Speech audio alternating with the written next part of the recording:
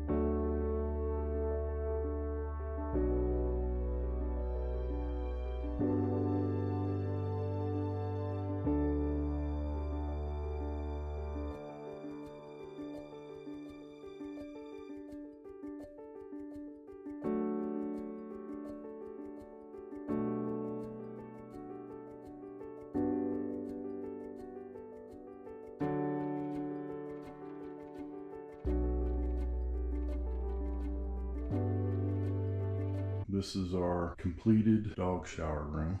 This is a Canis dog shower, bath, whatever you want to call it. It has a storage drawer, it's got a ramp, and it is 50 inches long, 56 inches tall. So that's the whole reason why this whole room was redone with 3x6 subway tile. It's a doll tile, and this wall, the back wall, and that wall is completed.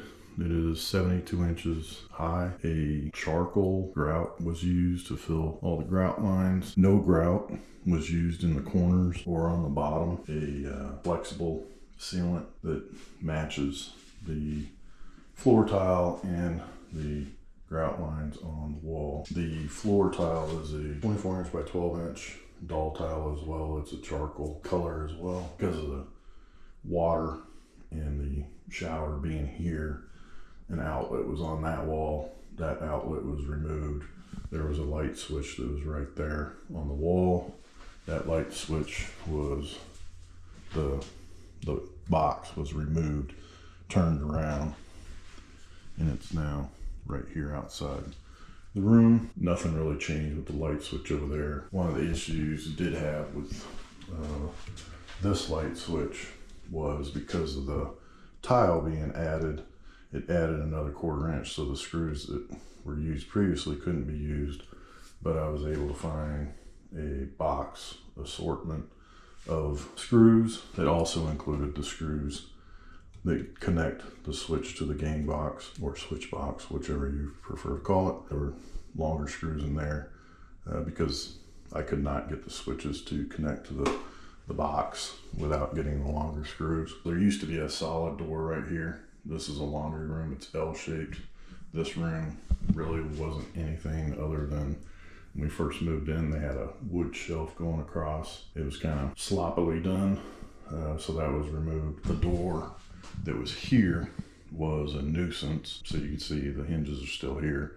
So this eventually will be replaced with some new door trim to basically delete the hinges and the latch here. We're going to keep the door just in case. A GFCI outlet was added here, and it's got a night light on it as well. Not necessarily needed, but it is there. This was an old coat rack that we've had over the years.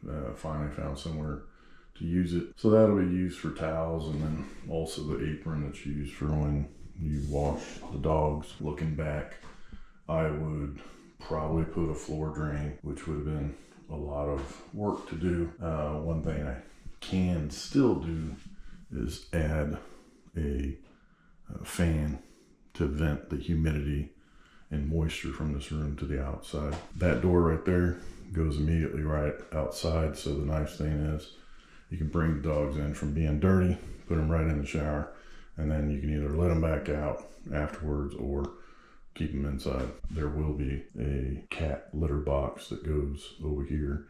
It's actually a litter robot that's going to go right here.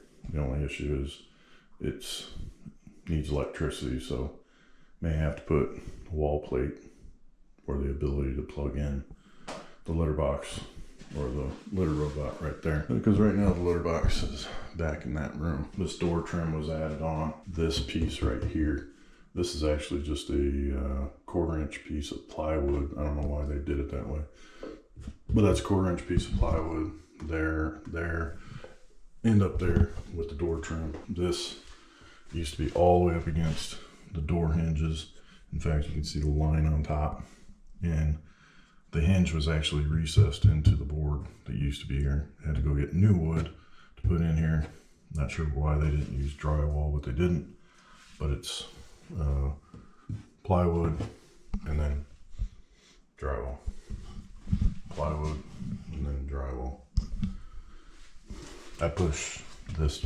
I'm not sure why they put it so close to the door jamb, but I was able to recess it about 1.5 inches and got it away from the hinges. I'm gonna have to put a little door stop here to prevent this door from beating up this trim edge right here. Another thing that was done was this 4-inch wall floor trim. Used adhesive to put it on the wall, and that is it for the room.